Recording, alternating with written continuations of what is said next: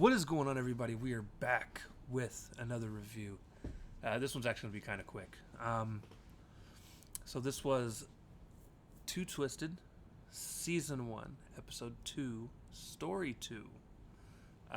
It's called Heart Attack. It was directed by Rachel Ward, written by David Chidlow, and was released August 21st of 2006. So basically what happens during this, we kind of get a lot of camera views and first-person views throughout this entire episode. But we start off with guy riding his bike. We kind of get what kind of a perv he is at one point, where he's riding by and he sees some lady bent over inside her car, and he whistles at her as he drives by. And eventually, as he's riding his bike, he starts to have a heart attack and he collapses. He gets taken to the hospital, and the next scene, we see his wife sitting in the hospital wondering what happened, and the doctor comes and says he's had 3 heart attacks. And she was like, well, how? He's perfectly healthy. He rides his bike. How does this happen? And, basically, they said that they're going to look into it. They have he has an artificial heart in. His actual heart is being looked into, and they'll have test results for that. So throughout the night, she sees the nurse that is helping him, and we constantly see, not constantly, but throughout the episode, shots of like her flirting or canoodling with what is to be assumed is the doctor or the guy that is the lady's husband that's in there for the heart attack. You also do find out through all of this that she's a nurse at this hospital. And they keep trying to tell her that she should just go home and get some rest. And she's like, nah, I'm good.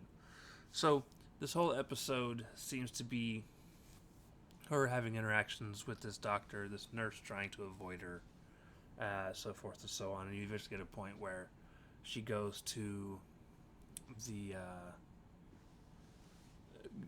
where his heart is being kept, and she takes it. So, or she doesn't take it.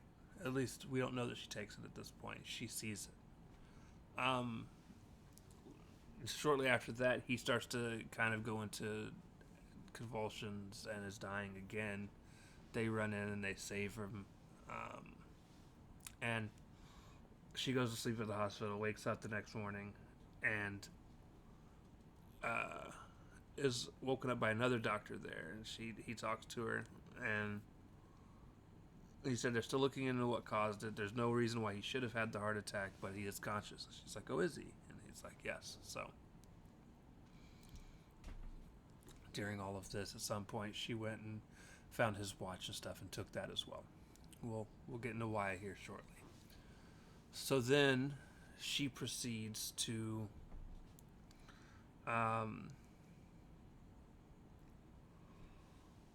go in and see him and talks to him for a second, and then all of a sudden she looks over at the doctor, who's like, can we have some privacy? And he says yeah. So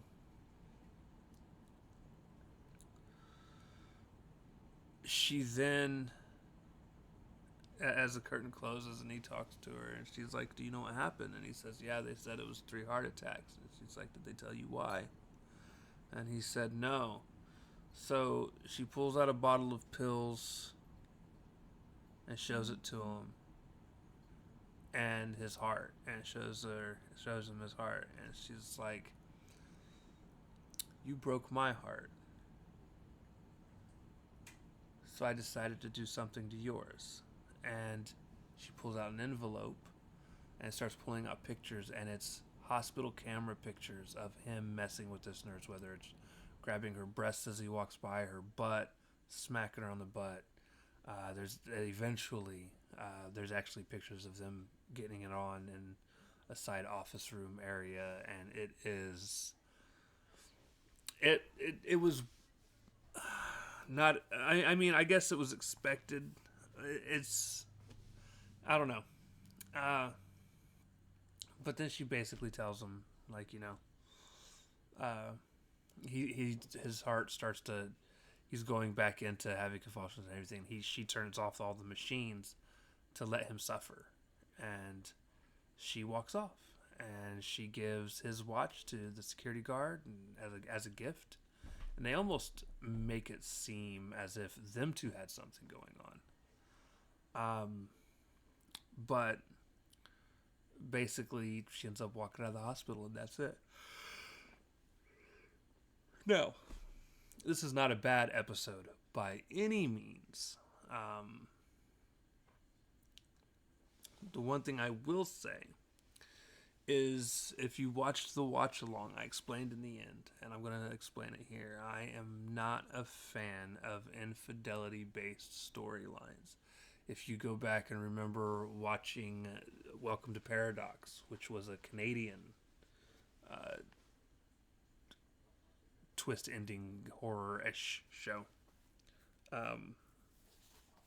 not near as good as this so far. Now, granted, that was in the 90s, late 90s, I think, and this is early 2000s. But I don't.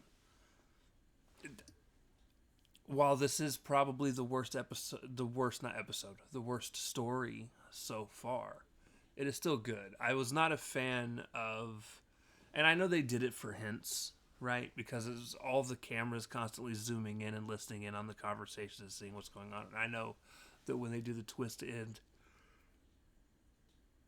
that it's supposed to make you be like, oh my god, like that's why the cameras are zooming in, because it's the correlation between the two. Um,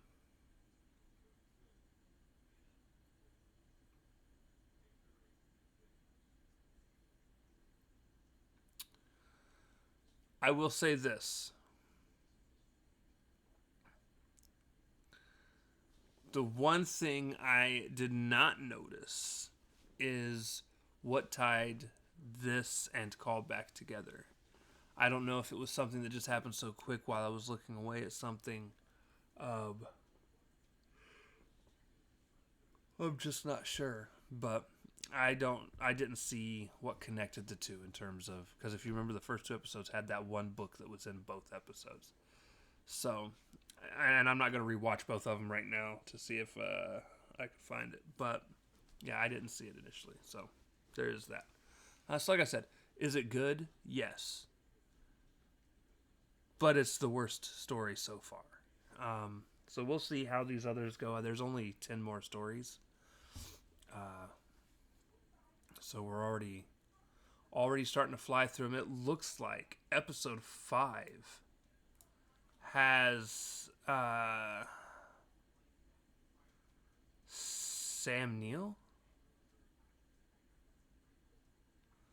No, I don't think it's Sam Neill. It might have been.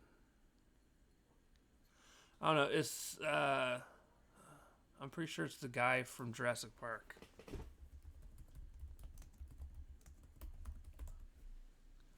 Yeah, Sam Neill. Okay.